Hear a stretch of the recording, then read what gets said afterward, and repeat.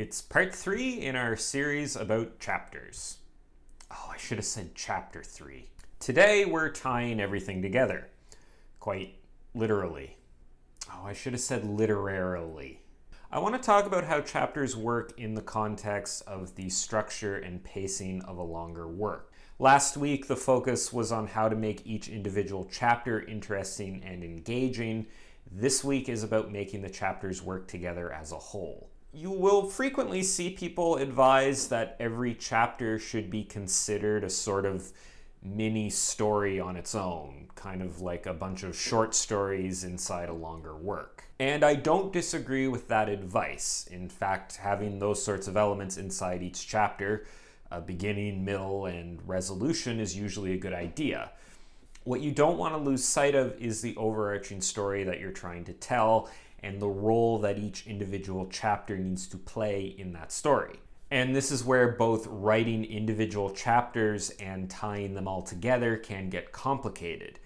You need to make each chapter compelling enough on its own while also linking all the narrative elements across chapters. So let's talk about some of the considerations you should make when linking your story together across chapters.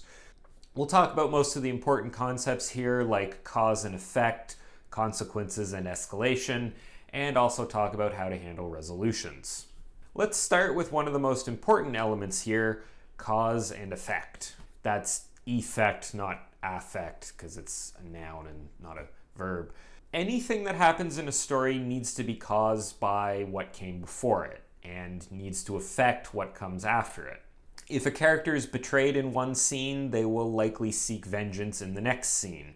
If a murder happens in one scene, an investigation should happen in the next scene, assuming that the police have been notified and all that stuff. The events, revelations, consequences of actions, and realizations from one chapter should have a direct and traceable impact on what happens in the next chapter, both from the perspective of character actions and from reactions and other ripple effects through the story. This chain of causality, man, that would be a really good name for a band.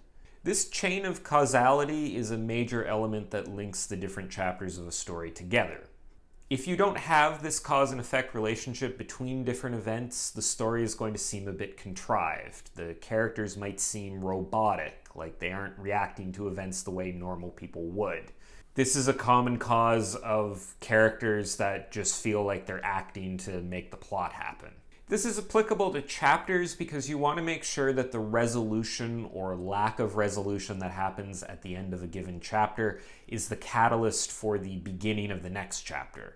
This is where the whole chapter as a short story idea falls apart a little bit. At least the part that says that each chapter should be able to stand on its own. Because there's always an element of the resolution of a chapter that spurs events in the next chapter. Which is a great segue for us to talk about chapter resolutions. Now, when I say resolution, I mean the resolution of the goal or conflict that was set out in that chapter. If you make a promise at the beginning of the chapter and you show progress towards that promise in the middle, the resolution is the payoff for that initial promise. The issue here is that if you end a chapter with a full resolution, then you risk destroying any tension or interest that the reader has to move on to the next chapter. At the same time, if you continually fail to come to a resolution chapter after chapter, the reader will feel like the story isn't progressing or that the characters aren't making any headway. To overcome this, you basically have two options. Either make the resolution have consequences or make it escalate. This is another way to present the popular plotting method of yes, but, no, and. This is a way to think about the events of the story and how they are linked together. The yes part essentially means that the character achieves the goal for the chapter, but with consequences that they didn't foresee. The no part means they didn't accomplish the goal and now something else is happening. That's the escalation bit. With a yes that comes with consequences, you get the inherent satisfaction of goal achievement, while also giving another problem that the character now needs to deal with. And as we talked about earlier, this naturally creates a cause and effect relationship, since the consequences are directly caused by the resolution. On the no and escalation side, the main thing that the escalation achieves is it increases the tension and raises the stakes. If you have a character constantly failing at their goals without things getting worse, the story won't have any sense of progression. It will start to feel repetitive. Having an escalation means that the character has more to lose, and every subsequent failure is more of a problem. What exactly this escalation means will depend on the story, but think about the stakes, what the character has to lose, and you should be able to come up with some ways to escalate the tension in your story. Now, every story should have a balance between resolutions that come with consequences and resolutions that fail and lead to an escalation. You should have a combination of chapters that end with success, along with some chapters that end with failure. Another way to come to a resolution is to not come to a resolution. That was almost a sentence. To end the chapter before we find out if the character is going to succeed or fail.